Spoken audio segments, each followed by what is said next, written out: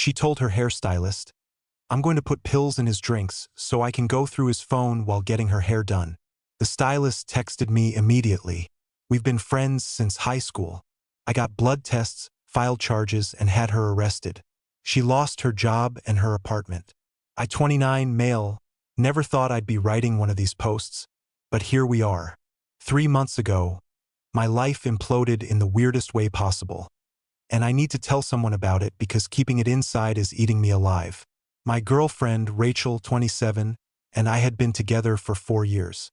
We met at a friend's wedding, moved in together after 18 months, adopted a cat named Turnip. Normal stuff. I thought we were solid. Sure, we had our issues. She wanted me to be more ambitious. I wanted her to stop maxing out credit cards on designer bags. And looking back, there were other things. A flash of intense jealousy if I talked to a female friend for too long. At times she jokingly demanded to see my DMs after I got a new follower on Instagram. I brushed them off as insecurities, things we could work on, or so I thought. The text came on a Tuesday afternoon while I was in a meeting.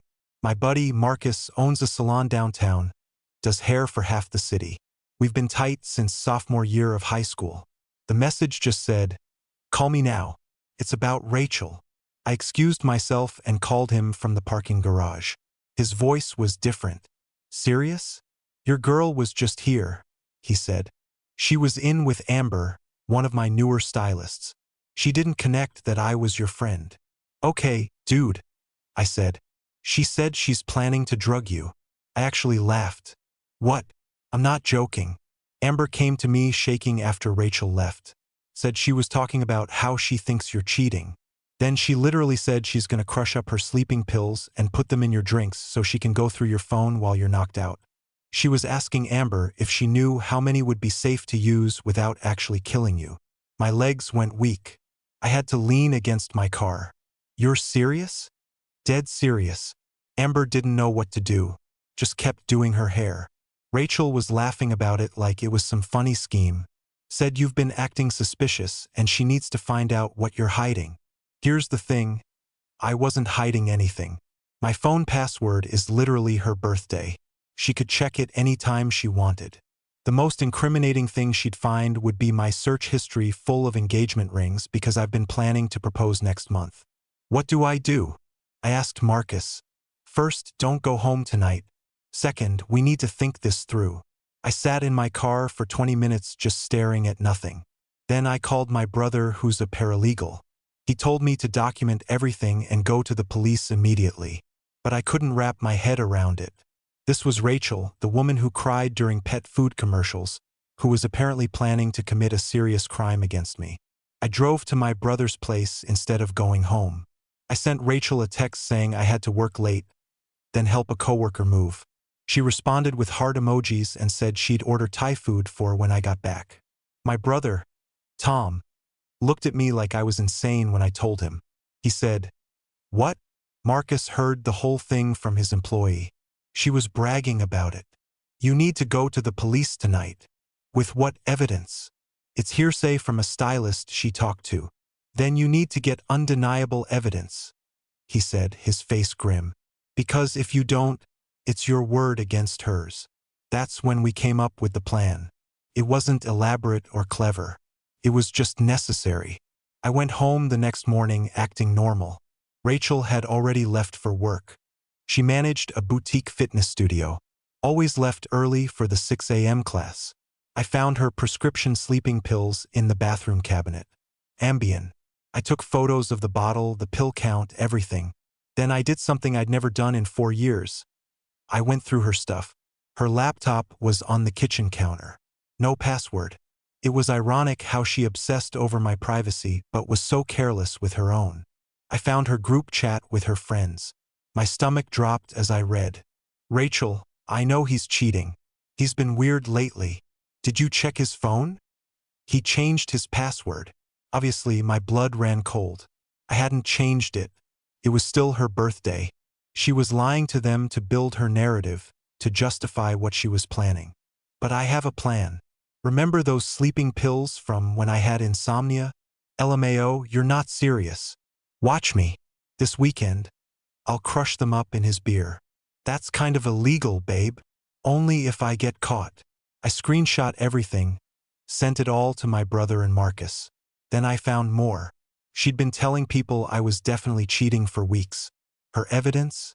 I'd been staying late at work planning her proposal with my coworker, who's a jeweler, and I was protective of my phone because I had ring photos saved. The irony was suffocating. I was planning our future while she was planning to commit a felony. I went to the police station that afternoon. The desk sergeant looked skeptical until I showed him the messages. Then his face changed. He called in a detective. Detective Coleman was a woman who looked like she'd seen everything twice. She took my statement, looked at the evidence. This is premeditated. The texts are damning, she said. But to get a conviction that sticks, we need more than texts. We need proof of the act itself. Right now, she could claim it was all a sick joke. She gave me her card. I can't tell you to go home and set up a sting. That's not how this works. But I can tell you that if you happen to acquire video evidence of her committing this act, you should call me immediately. Do not eat or drink anything she gives you. Be smart. My brother had already ordered 3 nanny cams. I put one in the living room, one in the kitchen, one in the bedroom. Connected them all to my phone. I felt like I was living in a spy movie, except sadder and more pathetic. Rachel came home that night all smiles. Kissed me. Asked about my day. Made dinner. Chicken stir-fry. I watched her the entire time she cooked. Nothing unusual. We ate together, talked about weekend plans. She mentioned wanting to try a new brewery Saturday night. Sounds good, I said, my mouth dry. She smiled and squeezed my hand. I love you. Love you too. I barely slept that night. Kept one eye on her, one eye on my phone, watching the camera feeds. She slept peacefully, one arm thrown over my chest like always. I lay there thinking about the ring I'd picked out. 2 carats, princess cut. Exactly what she pinned on her Pinterest board. Friday came and went. More normal behavior. More texts to her friends about her plan.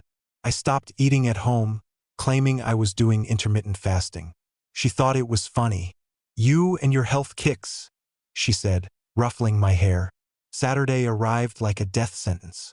Saturday afternoon. Rachel was buzzing with energy. I'm so excited for tonight. It's been forever since we went out. Just the 2 of us. I forced a smile. Me too. She spent 2 hours getting ready. I watched the bedroom camera from the bathroom. Saw her trying on different outfits. Then I switched to the kitchen cam and my blood went cold. She had my beer, the IPA I always drank, open on the counter. She was grinding something with the back of a spoon, white powder. Her phone was propped up against the fruit bowl. She was sending voice notes to Jessica. I'm really doing it, she whispered with a laugh. He won't know what hit him. A text bubble from Jessica popped up on her screen. OMG, you're insane. What if he tastes it? Rachel texted back, a smirk on her face. It's an IPA. He won't taste anything through all those hops. He'll just get sleepy and I'll finally see what he's been hiding. She stirred the powder into the beer, wiped the counter clean, then put the beer back in the fridge, like she'd done this before, like it was nothing. I called Detective Coleman immediately, whispered from the bathroom while the shower ran. She did it. It's on camera. The beer's in the fridge. Don't touch it. Don't drink anything. Her voice was firm. We're sending a unit. Can you get out of the house? She'll know something's wrong if I leave. Then stall.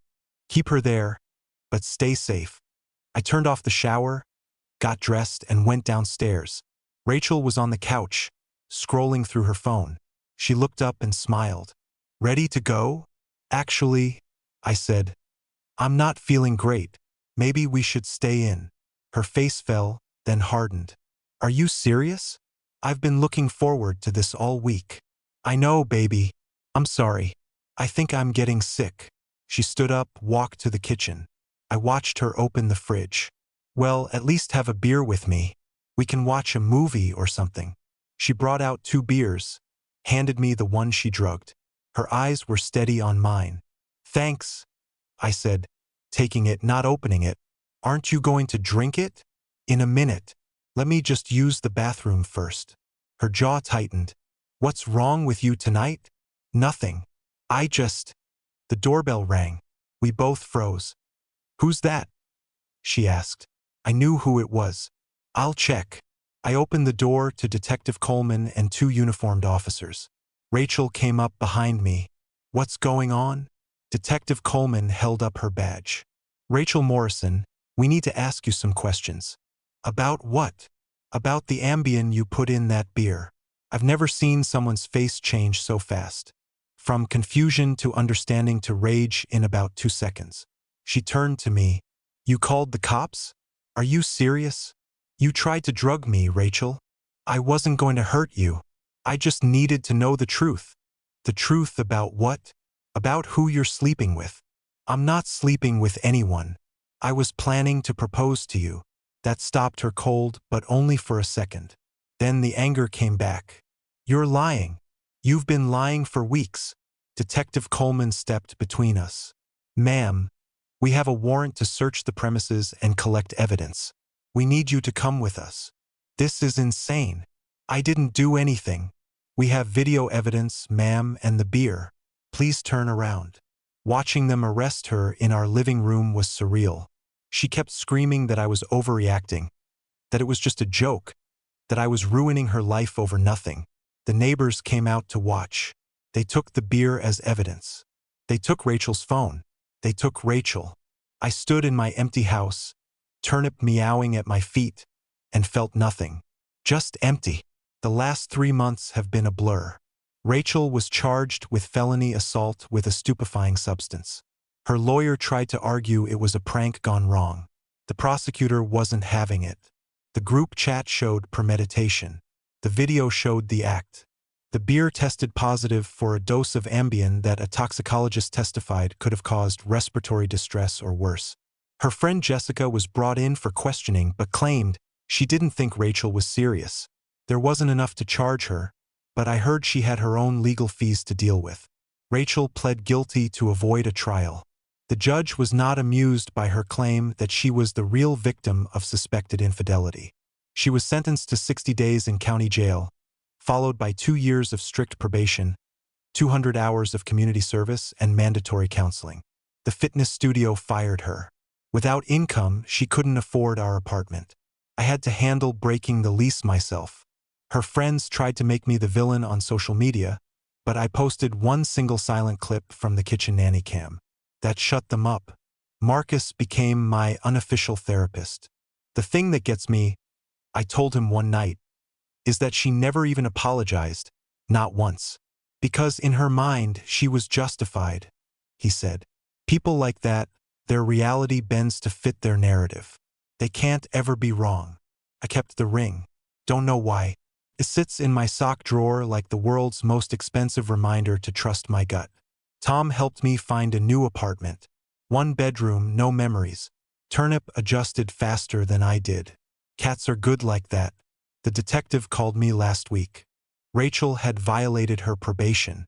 She used a fake Instagram account to send a long message about how she forgave me for betraying her and hoped we could work things out once this misunderstanding was over.